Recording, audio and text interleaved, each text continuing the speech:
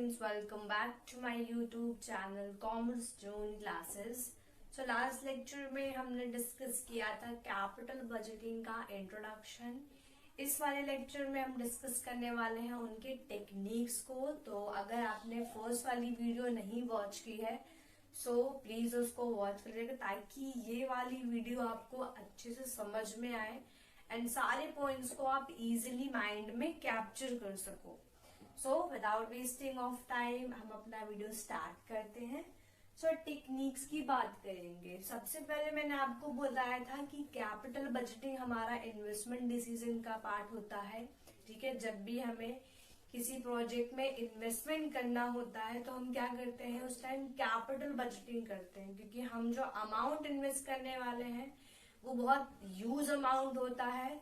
So risk नहीं ले सकते, इसीलिए हम क्या करते हैं, कैपिटल बजटिंग टेक्निक्स का वहां पे यूज करते हैं। सो कुछ यहाँ पे ट्रेडिशनल टेक्निक्स हैं और कुछ मॉडर्न टेक्निक्स हैं। सबको वन बाय वन करके देखेंगे, बट ये वीडियोस थोड़े लेक्चर्स जो है मेरे ना ये लेंदी हो जाएंगे। सो मैं हर एक वीडियो में एक एक टेक्निक्स को डिस्कस करूंगी।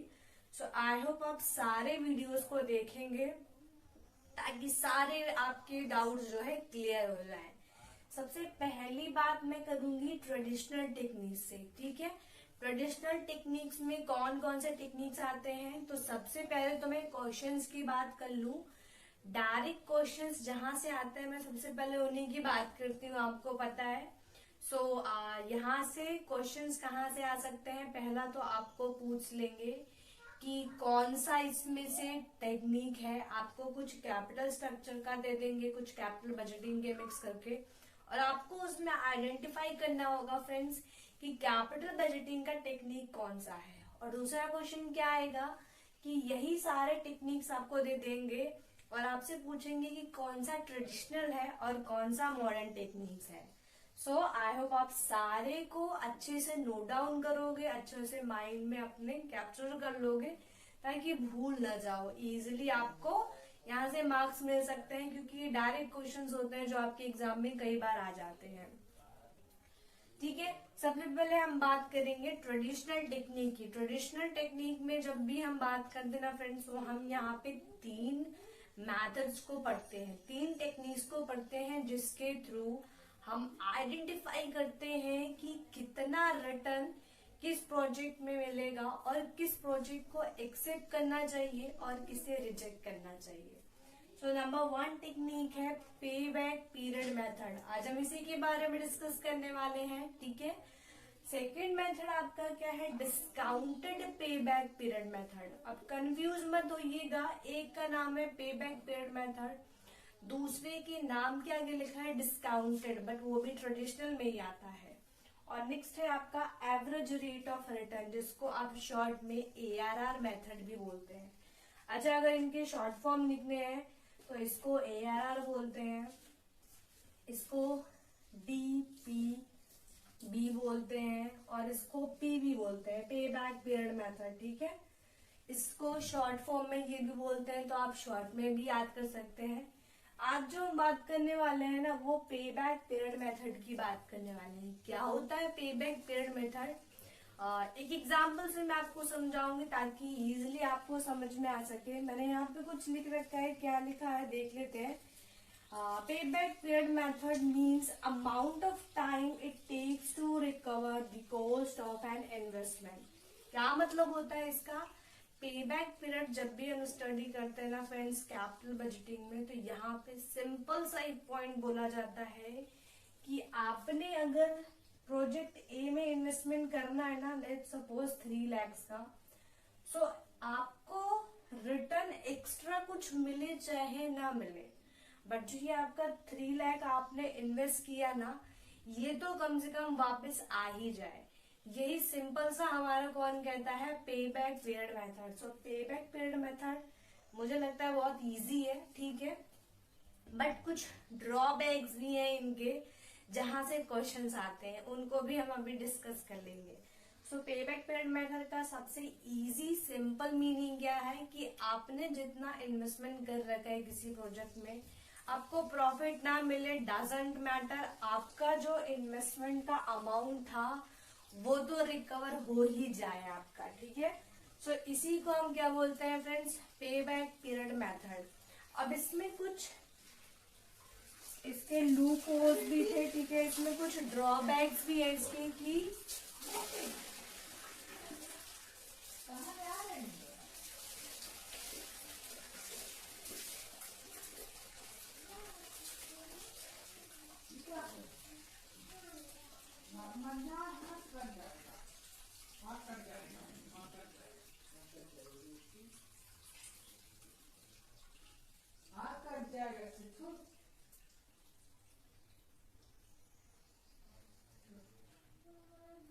सो ये आपका क्या था फ्रेंड्स, पे बैक पीरियड में था, जहाँ पे हमारा मेन टारगेट क्या होता है कि जितना हमने अमाउंट इन्वेस्टमेंट कर रखा है प्रोजेक्ट में वो तो हमारा रिकवर हो ही जाए, ठीक है। प्रॉफिट नहीं हो कोई बात नहीं, बट हमने जितना अमाउंट इन्वेस्ट कर रखा है प्रोजेक्ट में एटलीस्ट वो तो रिकवर होके हमें मिल जाए। सो बात करेंगे कुछ इसमें क्या थे ड्रॉबैक्स थे, क्या क्या ड्रॉबैक्स है। सबसे पहली बात कि ये इग्नोर करता है, किसको इग्नोर करता है, टाइम वैल्यू ऑफ मनी। अब आपको पता होगा टाइम वैल्यू ऑफ मनी क्या होता है, अलग से ये एक चैप्टर है, ठीक है। मैं इसके ऊपर भी वीडियोस डाल दूंगी ताकि आपको इजीली समझ में आ जाए कि एक्चुअली में टाइम वैल्यू ऑफ मनी का मतलब क्या है और क्या रोल है इसका, क्यों इतना इम्पोर्टेंट है, जो हर एक चैप्टर में हमें ये देखने को मिल जाता है। सो इग्नोर करता है पे back period method time value of money को। कैसे इग्नोर करता है, क्योंकि ये क्या कहते हैं हमने इन्वेस्टमेंट तो कर दी, ठीक है, हमने इसमें इन्वेस्टमेंट कर दी है, हमें प्रॉफिट नहीं हो चलेगा, बट हमारा एटलीस्ट जो हमने इन्वेस्टमेंट कर रखा है ना प्रोजेक्ट में वो तो हमारा रिकवर हो ही जाए।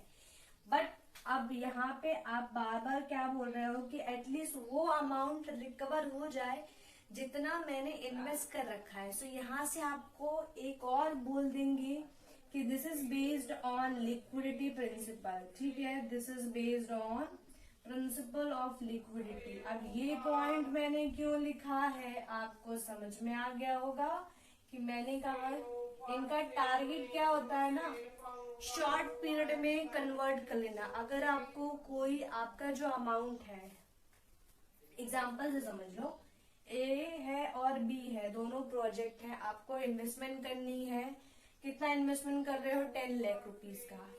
जो ए वाली कंपनी है ये कहती है ना आपको कि मैं 5 साल के अंदर आपका अमाउंट तो कर ही दूंगा वापस, प्रॉफिट नहीं दूंगा कोई बात नहीं, बट जितना आपने इन्वेस्टमेंट कर रखा है ना मैं वो दे दूंगा आपको।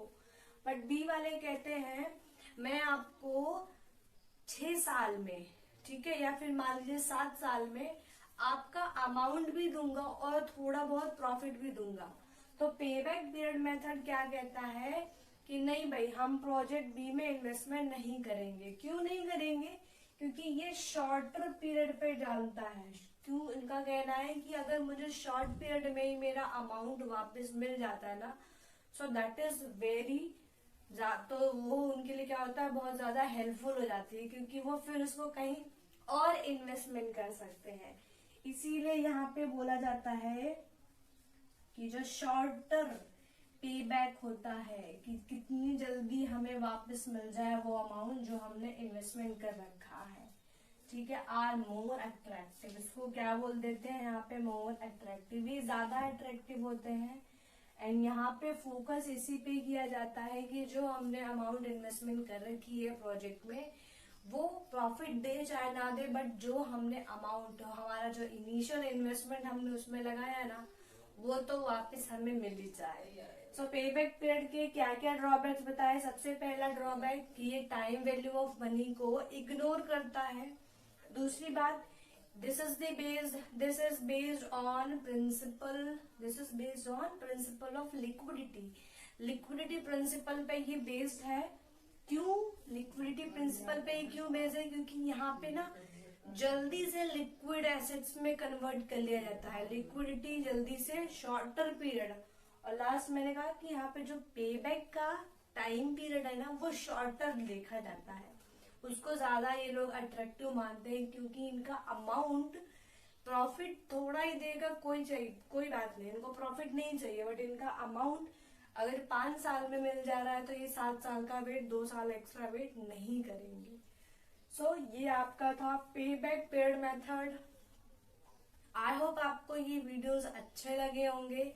आने वाले लेक्चर्स में मैं बाकी सारे मेथड्स को डिस्कस करने वाली हूँ, तो वीडियो को बिल्कुल भी जो है स्किप मत करिएगा, पूरा वीडियो देखना ताकि समझ में आए। और सबसे अच्छी बात कि इसके पहले वाली वीडियोस अगर आप देख के तब इसको देखेंगे ना तो ज्यादा समझ में आएगा, क्योंकि सारी वीडियोस एक दूसरे से लिंकअप तभी हो पाएंगे आपके जब आपको कॉन्सेप्ट क्लियर होगा कि एक्चुअली में कैपिटल बजटिंग होता क्या है।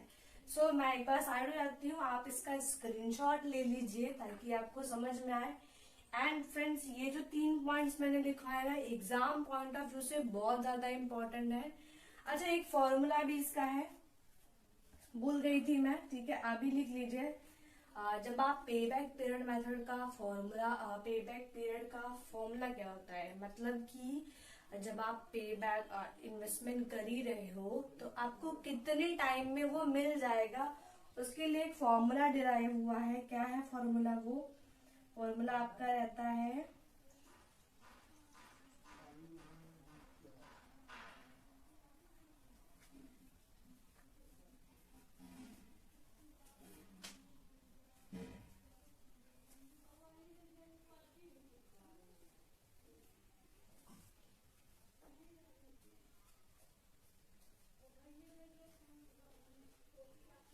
कॉस्ट ऑफ इन्वेस्टमेंट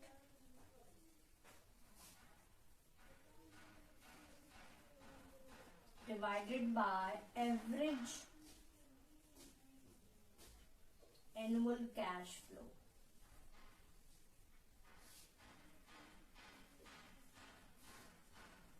ठीक है, तो ये आपका क्या है, फॉर्मूला है जहां से पे बैक पीरियड को आइडेंटिफाई किया जाता है कि हमें कितना पे बैक मिल रहा है, हमारा अमाउंट हमको मिल रहा है कि नहीं।